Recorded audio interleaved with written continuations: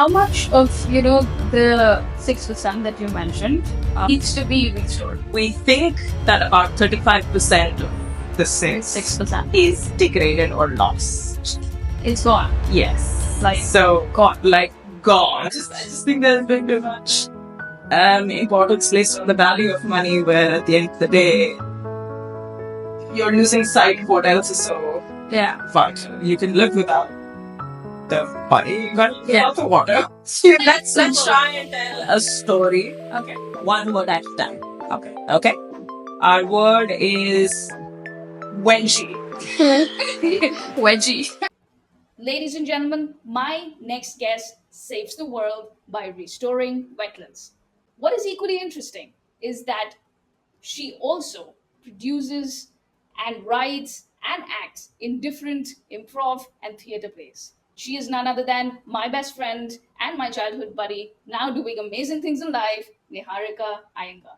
So, in this next episode, we have a lot of fun.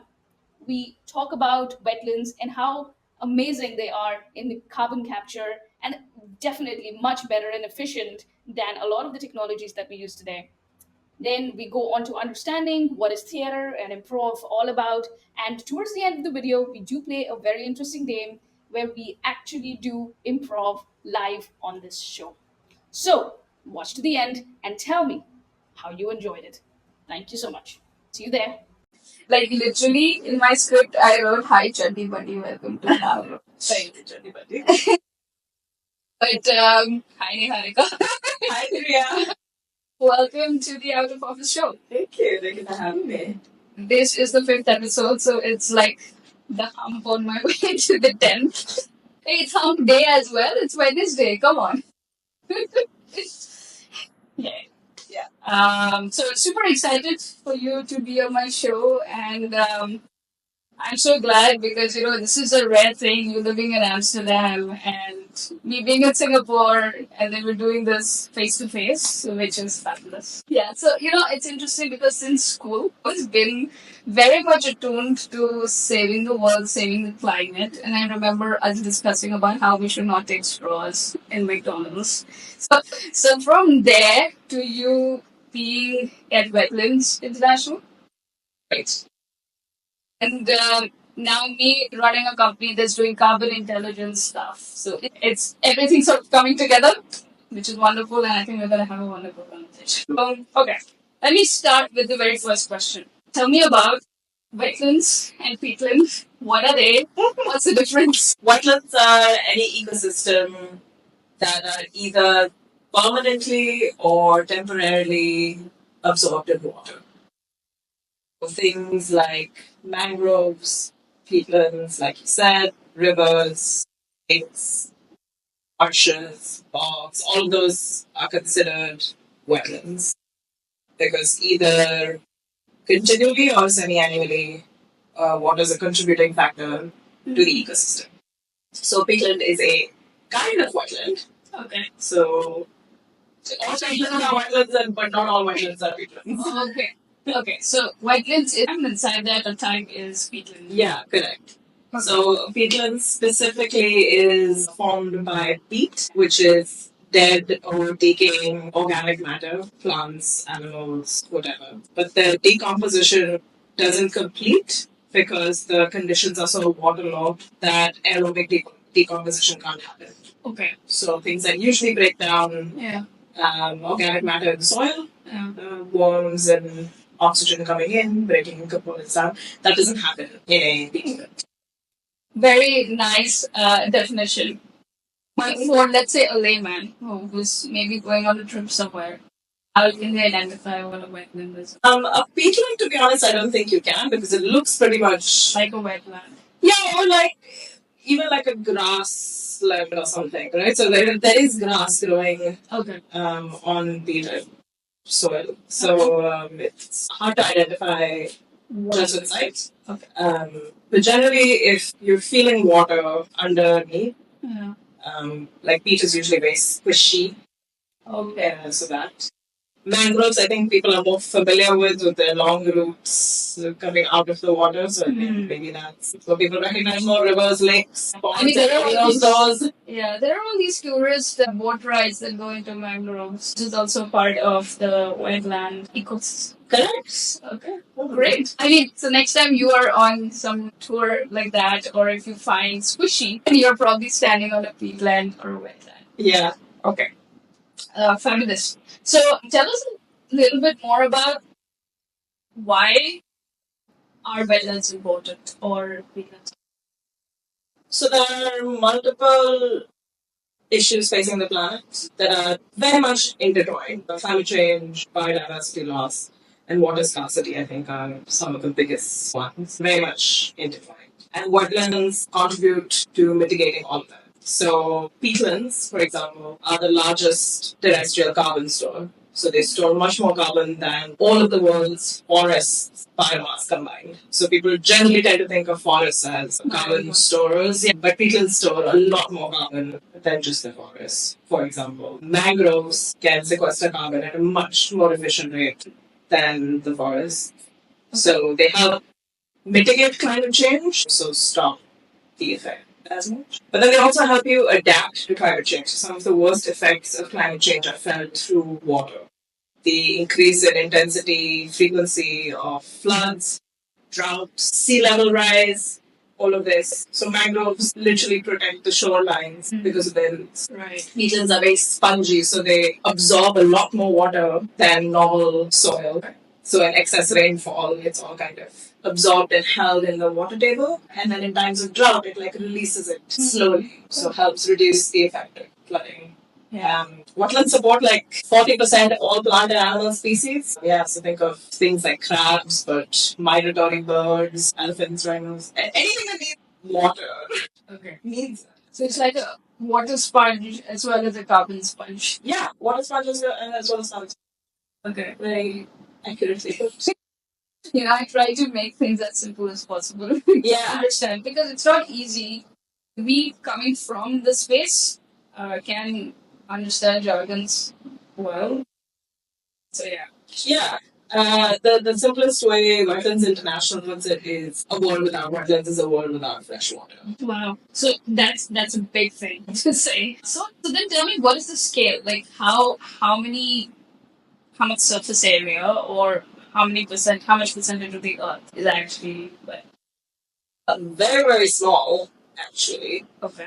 I think it's something like only 6%. Around 6% of the planet is covered by wetlands. 6% of the landmass or 6% of all of it? Of the landmass.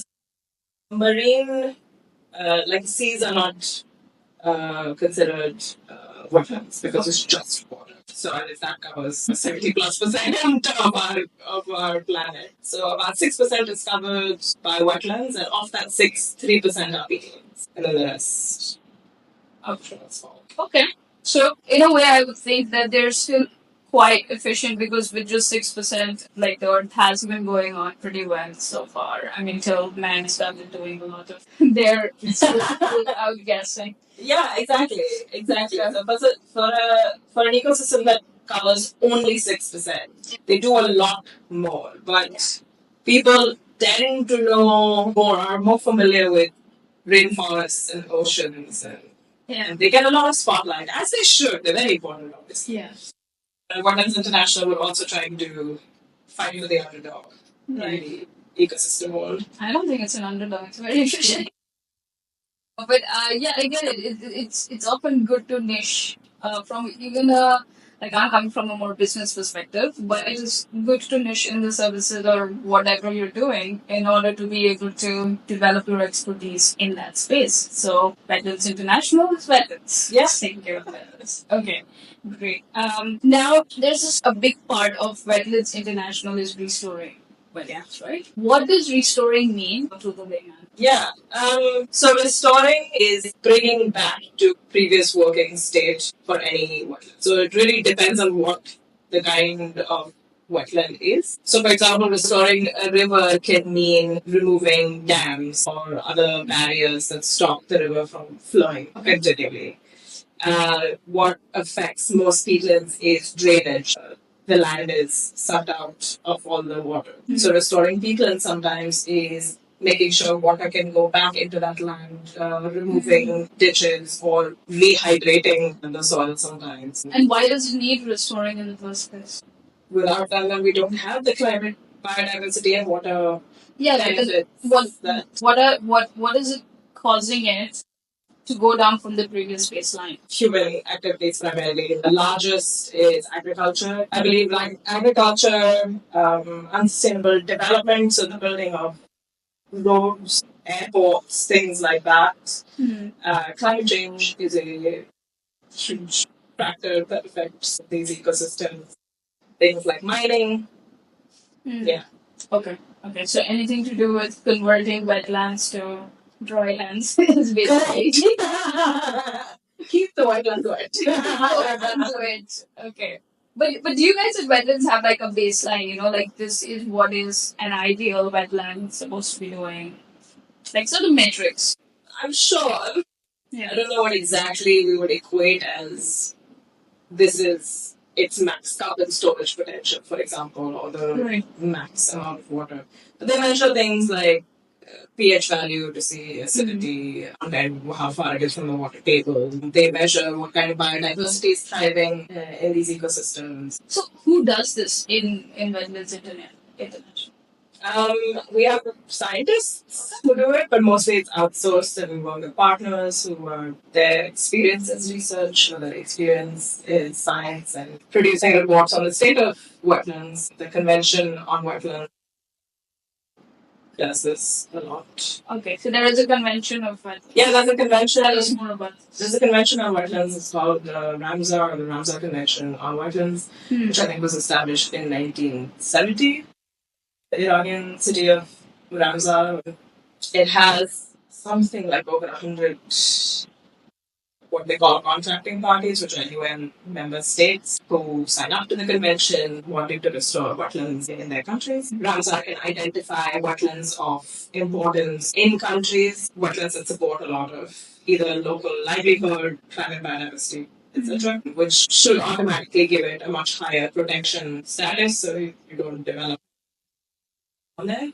And Wetlands International is one of the international organizing partners, one of six, that works with the convention. And so, how does it work? So, in the sense, like your countries, they find out that there are wetlands that need restoration or protection, and then they register themselves as part of this. No, that's not how it is. It's more if you sign up to be in contracting party of the Convention on Wetlands, you are agreeing to adhere to their wetland policies.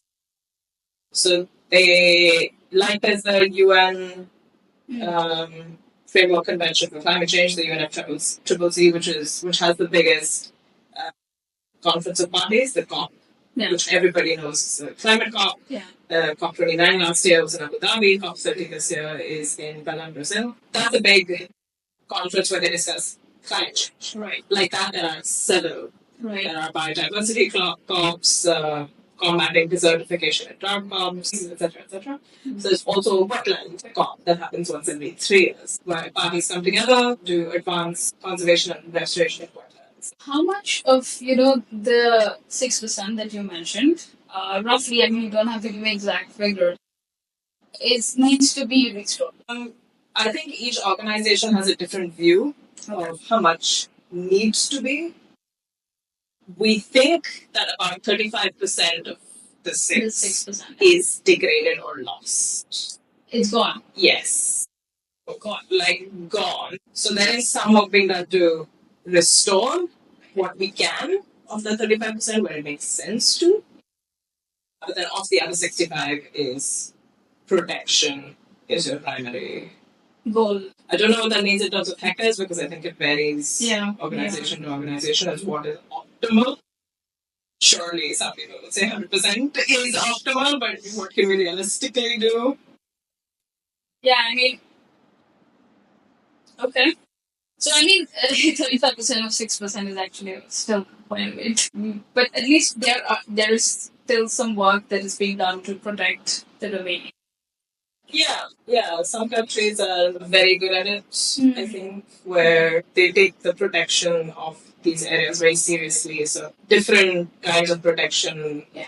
Measures. Okay. How much does it usually cost to restore a wetland? Can you give me a range? I'd say it really depends on so many things. The kind of because the kind of wetland that's degraded determines what restoration method you're using and which restoration method is more cost intensive. Where is the wetland in what country? What are the factors in the country affecting what would drive costs? I think what's hard to do is to sell to investors.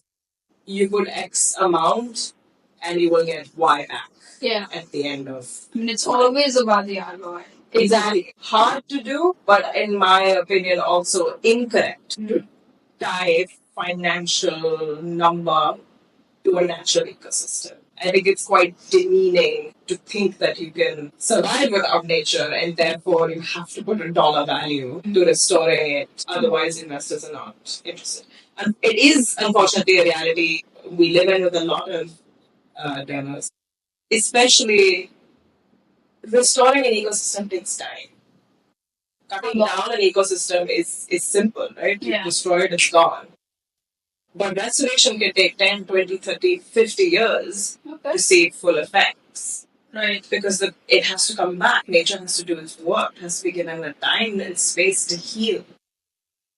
So it's very hard to convince people to give money for something you're not going to see an effect for many, many years to come. And also which may not directly affect you right here, right now, but obviously nature is so integral to all of our survival.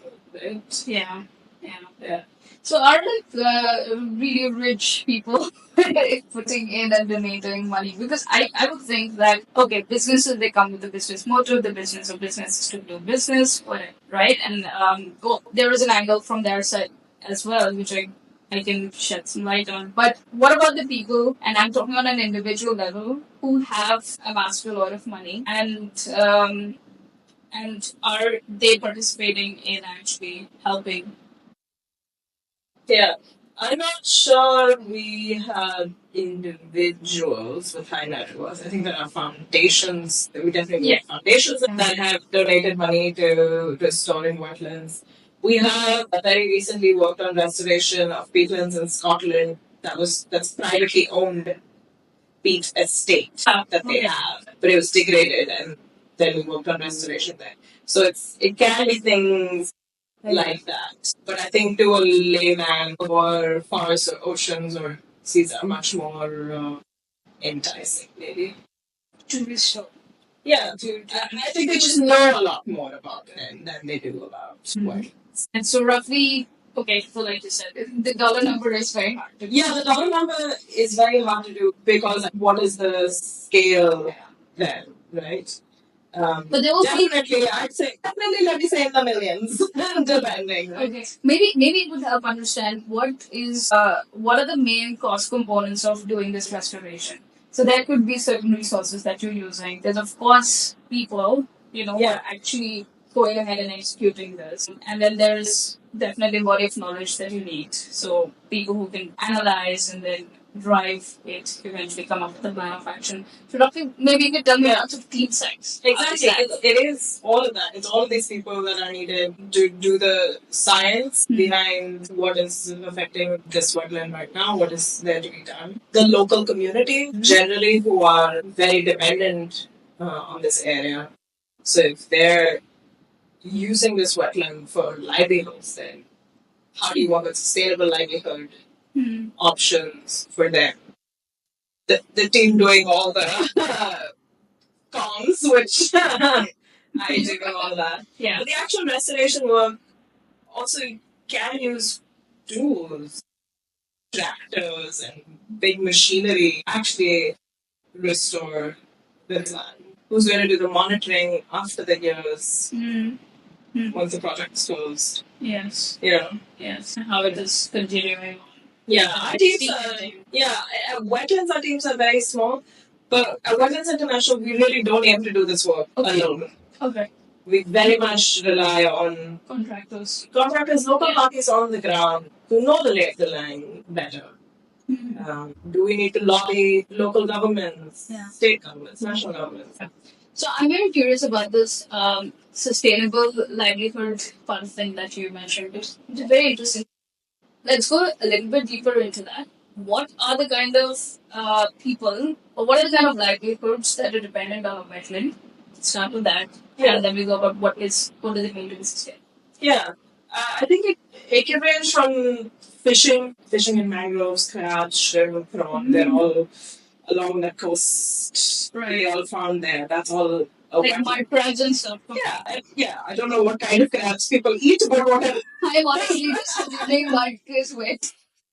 Yeah, there are, but they all live in wetlands and there's mangrove loops, let's say. Any freshwater fish, so anything you fish in a river, all these are livelihoods that people have if they are fishing. Tourism, a lot of it, like you said, tourists go through these mangroves, etc. But a lot of wetlands, like I said, are drained or degraded for agriculture, right? Growing things, changing the composition of the land to make it more suitable for crop. So, how do you ensure that their livelihoods are not disrupted? So, people are looking into sustainable aquaculture. How do we make sure you can still fish and support your family, but fish stocks are not depleted? Or instead of only focusing on fishing as your main source of livelihood, what else do we think? Yeah, can you do that doesn't depend on the land? If you're growing these kind of crops that we know are harmful to wetlands, can you grow something on it that helps the wetland but also helps you? So right now it's called polludiculture, growing things on peatlands, crops on peatlands. So rather than draining out the peatland and planting timber or palm oil or whatever on it, you plant things like it's called purun. It's like this grass that you can use to create that they use to make furniture or baskets or things like that with rather than timber and oil palm, which will drain the land and then makes it much more prone to fires. That's exactly what all the haze in Singapore comes from, right? Is oil palm plantations in Indonesia. Okay, wow, that just opened up like the entrepreneur in me. I'm like, are there startups doing something about this? I don't know about like this huge opportunity here. Yeah, absolutely. It's just like how people started moving into vertical farming and hydroponics and that kind of stuff. Because you're looking at ways to feed a growing population without damaging the soil and taking up less space. Yes, exactly. It's basically that. I mean, one very simple way, and that I can think of, is if you could help the farmers directly fetch a higher price for their produce. That's already solid. It goes out tomorrow instead of today. Right. Like, none of this is making a difference. Yeah. At all. And I did really decide I was let go of that job. But I was like, I don't know. Yeah, it just didn't. It made no sense to me. No, and I very much wanted to do something with impact. But there are people who would totally freak out at this sentence. How does it matter when this email goes tomorrow? Yeah. And I don't understand those people.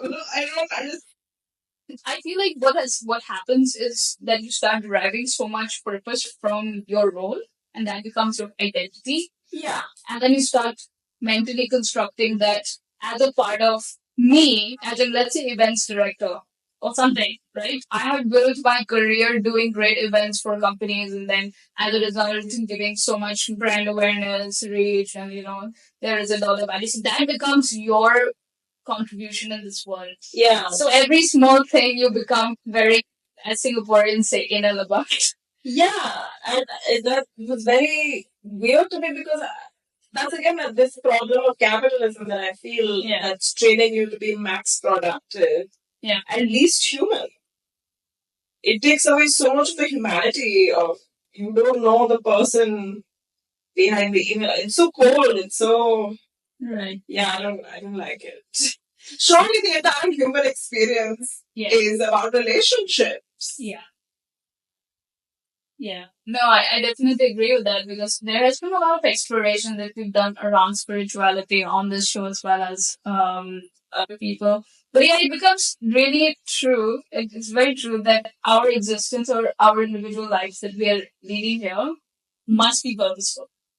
Otherwise, what is the point in making a hell lot of money, getting your bonuses, and then making a house, and then Yeah. doing things, and then eventually just die? Yeah, and I've heard a lot of people say, yeah, that's great. I'll do it when I'm 40. Yeah, that's great. I'll do it when I'm 50. It's my retirement plan to give back to society, which is nice to hear. But the reality of it is that tomorrow's never promised. One. And two, you don't know what your expenses or your life is going to be then. People have said this for years and years, but you have kids and houses and financial responsibilities and health problems and blah blah blah. You may not be the same, have the same level of financial independence or whatever you do now than you will at 50.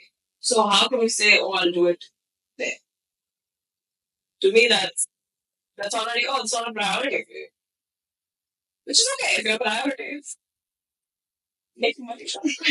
I feel like that's a lot of people's priority. And that could be because of, they've found it hard to make money previously and they've seen their families or people go through difficulties. So their ultimate aim in life is let's make as much money as Yeah, we can. of course, it's not wrong. I mean, we live in a world where money does buy happiness and money does buy security and safety and all of that. So it's not wrong to chase that.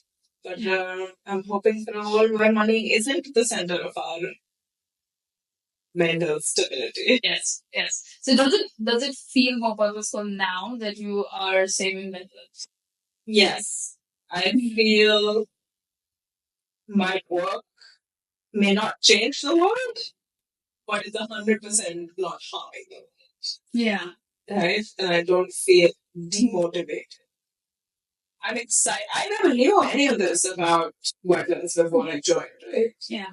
But in writing columns for it, I read so much about it, and it's interesting and exciting for me who actually loved biology and loved science in school to understand how these things work. Yeah. Do you ever go into the more scientific part of these things? Unlikely. Because that requires me to go back to school, and I'm not going back to school. Let's say you don't need to, in the sense that because you've got a background in it, you've studied it. It's not like basic biology. You don't want a plant structure. Yeah, but everybody knows basic biology.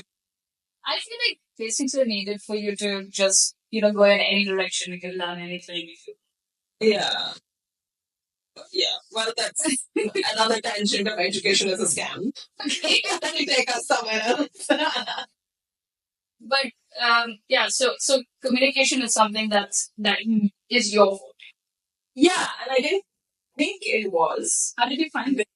It was through an original job when I was doing HR marketing ish, and then stayed in the communication space because of happenstance, right? Not that I chose it, but it happened. And I thought everyone could do communication. And you remember in school, I loved English. I was, but I never thought of that as you were doing that whole MC thing. I never thought of it as great, but once I was doing it and kept getting better at it, I realized, oh, everybody can't do this. So it is that I have a niche, not a niche, lots of people go do calls, but it's a specialty.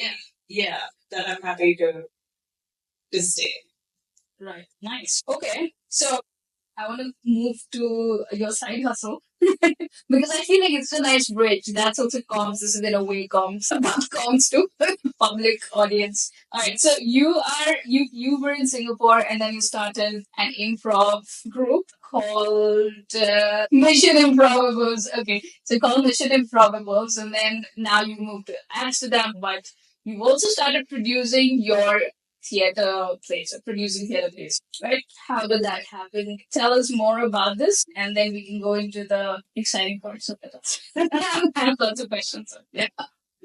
I started acting in Singapore actually as a as a way of therapy because therapy is really expensive. So somebody please fix that in Singapore. But I started acting as therapy because it's a very therapeutic process of discovering yourself. And through acting, then I discovered improv, which to me was a lot more fun and comedic and light. And I started Mission Improv and Theater, but I only did a couple of shows before I moved. And because I did that, I was able to think if I can produce shows in Singapore, I can produce shows in Amsterdam. So I also have my own improv group there called Welcome Distraction, and we do shows every month and have been doing so for like a year and a half or whatever.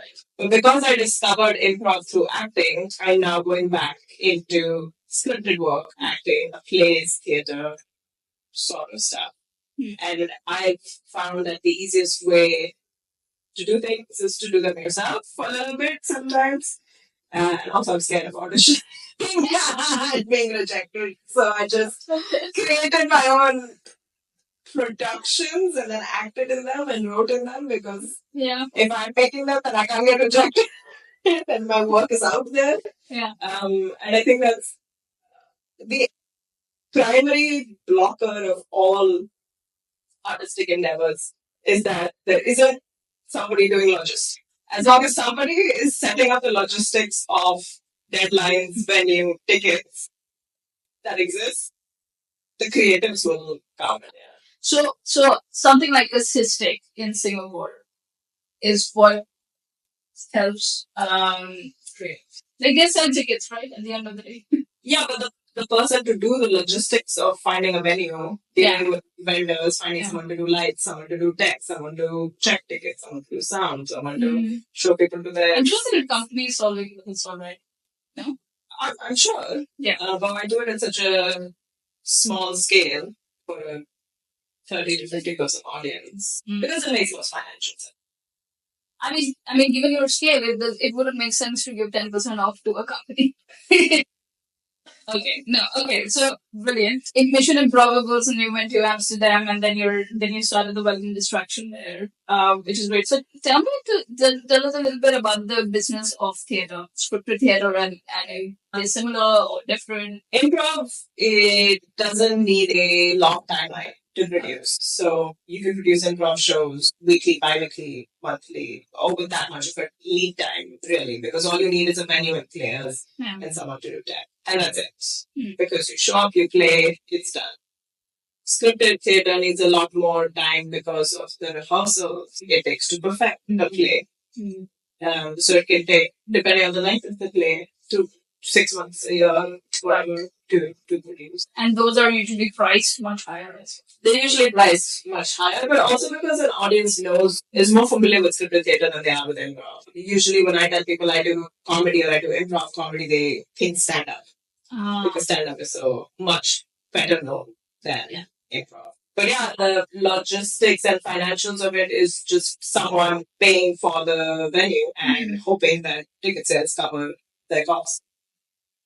So improv is a lot more faster to execute in general compared to scripted. What do you think is, or which type do the audience tend to prefer more? Different audiences like different things. Yeah. I just started dabbling in scripted theater where improvisers are acting and writing and directing all of that. And the audience tends to come expecting comedy because we're all comedians. Yeah. But oftentimes when comedians are like, it's not funny. And it's quite dramatic and very serious. Right. So they can be, oh, I didn't expect that. Yeah. But they like it.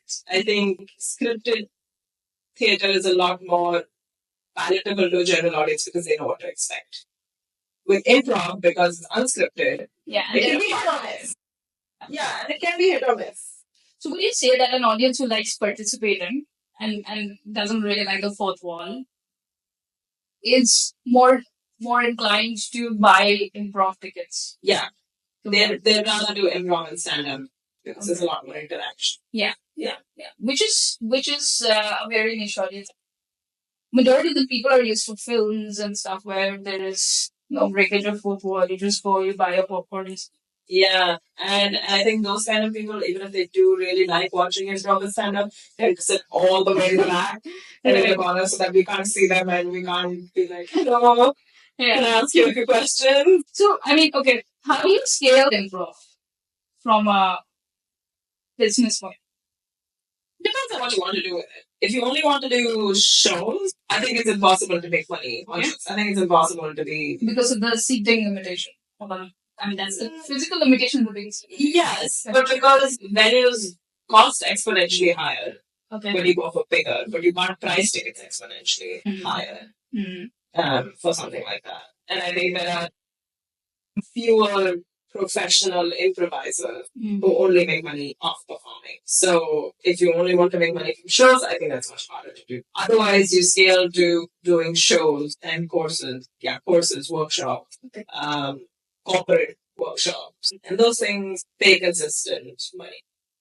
Yeah. And much higher. Like the improv history and stuff in Singapore. Yeah. They do a little corporate workshops. Yeah. Why are corporates interested in paying improv history to do this? I think there's a huge overlap between improv and professional skills like presentation skills. Yes. And collaboration and working better as a team and co-creating. Right. Because improv is such a collaborative game that you have to listen, you have to pay attention. And the scene will only work and be nice and be good if you're accepting what your scene partner is giving you. And then because it takes away stage fright and helps you enunciate clearly and project and all of that, it makes you a good public speaker, a good presenter, an engaging presenter. Because now you're thinking about how can I at least weave in a joke so my audience feels comfortable. Yeah, they're part of this. So that's why companies do that. And it's so much fun to do. So it's a really good team bonding event or experience for companies to do with their teams. Do they? So one thing that I've noticed when I've been to like two such improv trainings. So I mean, I myself have dabbled as well, learned, and the question here is there that you can put together for companies? Because the first concepts are easy to grasp, but you kind of know, and then you always sort of end with a scene that you're creating, which is good. But that's where the fun is. There something that you can do after all? Do people usually do that in this space? Like, okay, so, this is level 1, level 2, and level 3. You actually do a whole show for your. Yeah, that's how the hobby life goes. But I don't think corporates are interested in doing these kind of courses for their employees, whether they end up putting on a show, because that's not their end goal. Like their end goal is, I want my employees to have fun for 3 hours, and I want us to learn a little bit about improv and how to work better as a team. Right. But their end goal is not to put on an engaging show. If it is, then yes, then you do your first level of listening, enunciating, saying yes and. Then you do, okay, how do you play with emotion? How do you play with object work and space work? How do you make really good, bold decisions and choices that will take the scene to the next level? How do you start playing with music? You start improvising songs. I get it why this is a very individual thing. It is a hobby, right? Yeah. At the end of the day. Yes. And people do find community. And I think the joy in it is so childlike. Yeah. Of the joy you had when playing Niharika. Yes. It really is. I know. Like that. Because that's all improv. That's all creating something from nothing. And then it's done. And then the next day you're no longer playing Niharika. The next day you're reenacting Kuch Kuch Hota Hai. And the next day you're reenacting. And all of that as you grow up is taken away from you. Yes. Because then you're put into this box and you lose playtime. Because you're doing productive time. Yeah. So when adults come back to it, it's this childish joy you find of creating something from nothing with somebody else and no judgment because you're going to be a dinosaur as a fully grown adult on stage and have so much fun doing it. And to me, that's like 3 hours of a week where my phone is away and I'm just having fun creating things with my friends and being silly. and making jokes. And I think this is exactly what is missing because we tend to lose touch with our inner child and inner child. And getting back to the inner child is actually very important and it's a very important process of healing. Once you're done with that, I feel like even from a point of law of attraction and manifestation, things are so fast because you don't have all the trauma holding on back. The thoughts, oh shit, you shouldn't do this, or all the layers that you have built over years. Exactly. Improv is amazing therapy, as you said. Yeah, I really think it is. If that's something you enjoy, and if you're like me, because I'm an extrovert and I love being social, like being with people gives me energy rather than takes energy away. So if I love getting energy from people, then hanging out with people, and make gives me joy, then I should do something like improv, right? Yeah. But if hanging out with people really stresses me out, I have social then- anxiety, then then you can just be at home. But I feel like a lot of introverts enjoy that time, but introverts just need that downtime. That's the Okay, so I'm going to go on to the very fun part of this show, which you're the first person trying it with. It's the game round. Very many. all right. Okay, so what I've done here is Oh wow. not many. There are only 6 chits. Okay. I'm just showing both the cameras so that I know. Okay. 6 chits. They contain words. Okay. They are emotions, jobs, locations, everything. Just find words. Yeah. Pick it up and read it out, or I can read it out. You pick it up, give it to me, and read it out. That's your suggestion. And improv, you can involve me. Yes, and whichever way, and make it look good. Do you want this to be a scene? Is it a game? It is a game, yeah. I just start a scene. What do you want me to do? When you pick up the cheat, you're starting the scene. Okay. I'll read it out. Okay. Okay, so this is a location. Skyscraper. The thing I've missed most about Singapore is actually looking at skyscrapers. Like the Marina Bay Sands. Exactly like the Marina Bay Sands. And the entire view of the city skyline. And I always think of myself as a city girl. Yeah. But now that I've moved away, I don't miss it so much. Are you telling me that the $6 billion the government has spent on building Marina Bay Sands is not being missed by Niharika and God? They're not paying attention to what their citizens want. What do their citizens want, Niharika and God? Like everybody else. Well, I just want joy. And you can't get that on the skyscraper? You can, but for $30 a cocktail, it's a bit defeats the purpose. Okay, I get it. Unless drinking cocktails gives you joy. Which it should not. So NC, or whatever you call it. Okay, question here. So does suggestions work in a way where you have to keep continuing with it, or you can just go completely tangential and forget the suggestion? You can go completely tangential and forget. There are no rules then. There are no rules. It helps with the rules to the game. Usually we have rules to a game so that the audience knows what to expect. So skyscraper as a location is great. And then you see a scene about skyscraper suggestion, but really about the 2 people or 3 people in the scene. Yeah. And then find out what's funny about it. Or you can have structured games where you get an audience suggestion, but we can only talk 1 word at a time. Okay. We can only talk in 3 words. We can only talk 1 syllable. We only have to talk consequential letter of the alphabet. You only do questions. So there are rules, some rules That you can you gamify the thing. Okay. So for the next one, we gamify. Okay. Let's use 3. Oh my god, this is gonna be hard. I don't know why I'm putting myself in the word fun. Yeah. Okay. So the next thing that you choose, what is the rule? I don't know. You were deciding. 3 words or Okay. Let's try and tell a story 1 word at a time.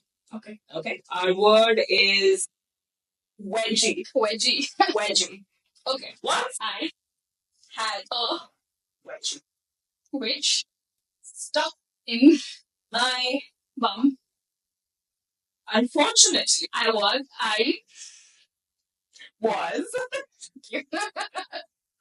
on a date with my who also was my ex. I Loved this time, but the wedgie kept coming to my mind. I Needed to go to the bathroom. so I got up and left. okay, so again, someone needs to concede. Yeah, generally it is third person, or you come to the end of the story, or the moral of the story, or Awesome. Oh, this was fun. yeah. Okay, next one. Do we want to put a rule here? You are the master. No, you are the master. I'm learning. Let's do a conversation, Hmm. and we'll go alphabetically. So every sentence between us will go with the next letter of the alphabet. Like rapid fire. Yeah, but it doesn't have to be. We'll finish the alphabet. We'll start with, Like, give me an example of what you just said. like, if we start with, say, N for Niharika, so I'll say, never have I been this uncomfortable in my life. I take the E and then I. No, not that way. Okay. The next letter of the alphabet, N-O, L-M-N-O-T-U. Okay, the ABCD alphabet. Okay. Yes. So then you would start with Ozark is not a great story. Yeah.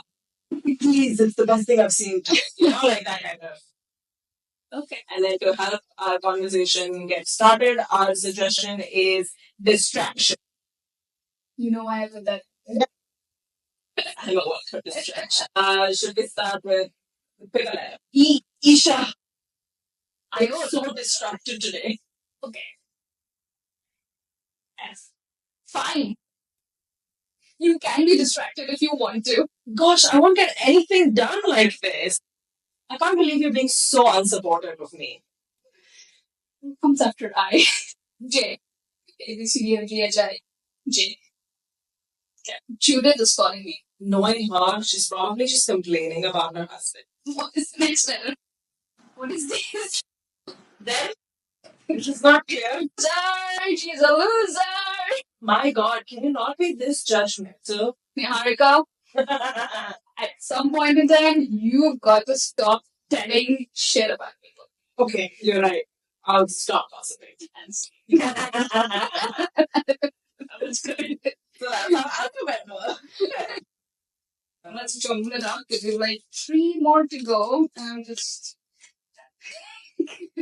What we can do is, so there's another game called Blind Lines, which is we just do a scene. Okay. And anytime we feel like we want inspiration or a word or whatever, we just pick it up, read it out exactly as it is, and justify it in the scene. Okay.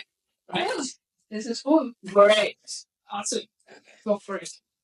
I'll just start with something and then we'll pick it up. Pick it up. Okay. Have you been painting lately? No, my paints will run out actually. So you use them all to make that giant painting? Actually, yes. And then what I did was buy some more paints, but the person who was going to deliver the paints to me died. Died? How? I don't know, the delivery company or whatever, but I literally got a notification. He's on the way, and then oops. I'm so sorry this happened to you. Thank you so much for your empathy. Sadness. Sadness is what you must be feeling because your paints haven't been delivered. Yes, and the painting was my only therapy, so sadness is totally amplified by the death of my delivery guy. You know, you can always talk to me. I'm glad you said so. Harry Potter is my favorite movie. I do. So maybe what we can do in order to alleviate my sadness is actually watch Harry Potter. Which of the Harry Potters is your favorite though? So we have to align with that. Love Chamber of Secrets, but I have a secret to share. What? I think the Witching and Wizarding World is actually real. That's not a secret. That's a delusion. Get invited to Hogwarts. Home street cleaner. That's what we call people like you where I come from. Where do you come from? Dragon world, not the wizarding world. Why am I an upholstery queen? I don't work for Urban Clap. It's we use the word UC, upholstery cleaner, to say hot, tight, chick. And scene. Well, thank you so much for the live intro. This has been the most fun improv session I've done. Yeah. No, I just always stop at yes and then make your partner look good. That's exactly. That's all you need to know. Yeah, exactly. Yeah. So, Niharika, thank you so much for coming to the Sound of Office show. Any last words you want to tell our audience? Wetlands, info. Yes, do what you love. Don't chase the money. Watch improv shows. Support your local artists and comedians. And yeah, be all of it. Exactly. Super. All right. Thank you so much, Niharika Elgar, and that is a wrap. Thank you, Priyadarshini Majumdar.